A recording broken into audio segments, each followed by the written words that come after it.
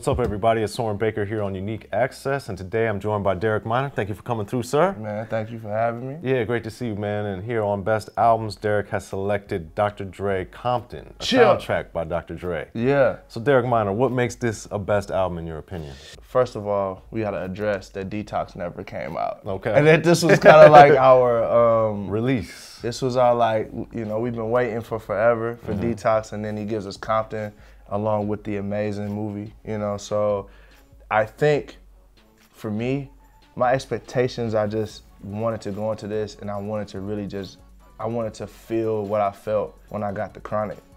I think what you look at what Dr. Dre has done over time is always introduce new artists. Like he launched Eminem's career, he launched Snoop's career, he launched all these different things like with these types of albums, Chronic 2000.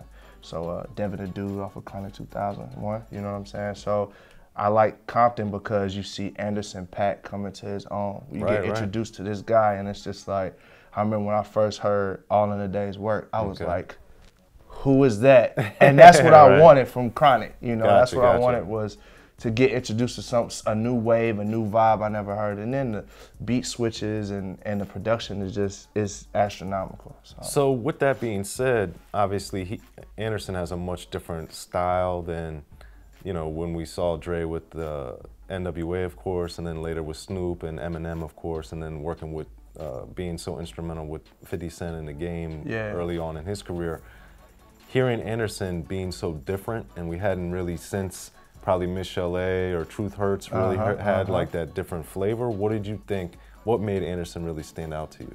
Well, for me, what made him stand out to me is just he's so versatile. Okay. Like, I mean, as I started diving into his music, because, you know, you go on these rabbit trails now with Spotify and all that, I started realizing this dude can rap. Right. He can sing, he can rap, he's an amazing songwriter. Musician. And, musician, right. And I love the fact that he's not just a surface level, like he's a deep thinker. Like when you listen to the song Even Animals on Compton, it's like the writing of that, it really resonated with me. So it's that, but it's not just him. I mean, even the producers, Cardiak, Flatline produced some stuff on there. Focus. Yeah, so, Focus. Yeah, Focus dominates the album too. Yeah, man, so you seeing all these different producers be introduced, and then Justice, King Mez, that was the first time I heard of King Mez. So. Okay. What do you think about on this album, because we saw it with the 2001 project also, the balance of established iconic legacy artists and then introducing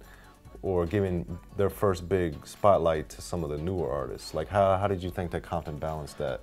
I think they did a great job, especially considering the movie. And then it was dope to see you know, the For the Love of Money record, you know, with Eazy. And Jill Scott. You know, getting to hear Eazy's voice again with Drab. I mean, it's been, you know, since N.W.A. I was pleasantly surprised because Yella, I believe, produced the Bone song.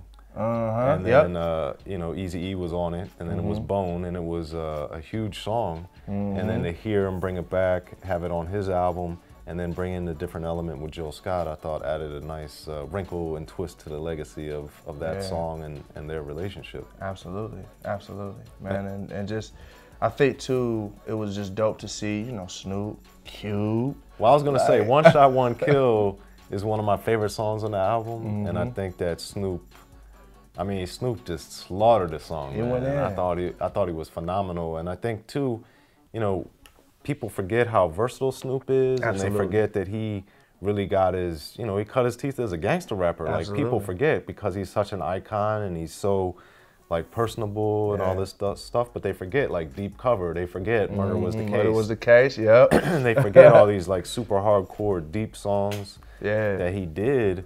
And like One Shot, One Kill to me was like kind of like a boomerang. It like took us right back to that. Absolutely. And oh, go ahead. And I was gonna say the thing too that I really liked was there wasn't any weak music on the album. Like when I say weak music, I'm talking about like verses and things of that nature. Like when a lot of times you think, okay, like Cube is doing movies now, so you would think, all right, he about to buzz back into the raps. Let's see what this is gonna sound like, and being pleasantly surprised at the fact that these dudes are icons for a reason. Like their talent is they're just talented.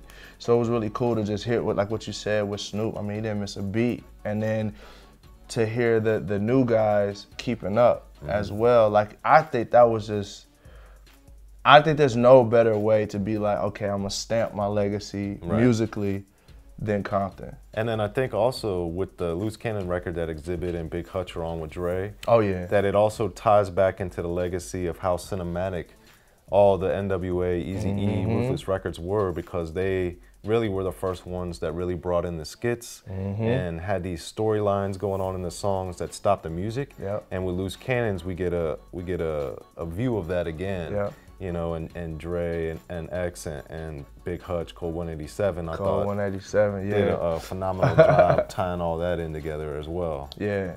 So as you think about the album, what do you think is the legacy of Compton, a soundtrack by Dr. Dre? As far as Dre on the West, I mean, I think he is the most iconic producer, or one of, I mean, you got obviously Quick, you know what I'm saying? Like, it's hard to say that when you got guys like DJ Quick, that's legendary as well, but it's just like when you think of Dre, I know for me, he's been a huge influence for me production-wise, and then just as a businessman, his business prowess has been crazy. So I just think what you stamp is, I mean, you see Eminem, you see Exhibit, you see Snoop, and you see now the new generation of guys that he's put on, and you really think, you're like, man, this dude is a curator of a whole coast as far as music is concerned. So I think that's the legacy. And then two, you know, and then I'm tripping, Kendrick. Like we haven't even mentioned there's so much album, Kendrick Lamar. Like, so when you see Genocide is an amazing song. Yeah, I mean, it's Deep crazy. Water. Deep Water, yeah. Kendrick spazzing. I mean, and Kendrick do Kendrick things, you know. So it's just really cool to just see how, for me as an artist, like, it gives me something to aspire to be like, man, as long as you stay engaged and as long as you keep, you know, focusing on the music and making the main thing, I think that's what I got out of Compton. When you look at all of the crazy stuff that was going on in the movie, Dre was always about the music. I remember that scene when Suge was spazzing and the dude was on a chain or whatever, and he's like, I got Tupac in the other room, we trying to make a hit. And it's just like, you see that seriousness of Dre, and it's just like, that has carried him even on into his 50s, you know, and that's, man, I mean, that's something for me as an artist. Like, I look forward to that, a producer as well, and I want to be a curator for a sound too, like that. Yeah. And there it is, man. That's why it's the best album. Derek Minor, thanks for coming through here, man. Unique Access with Soren Baker. Best albums, Dr. Dre.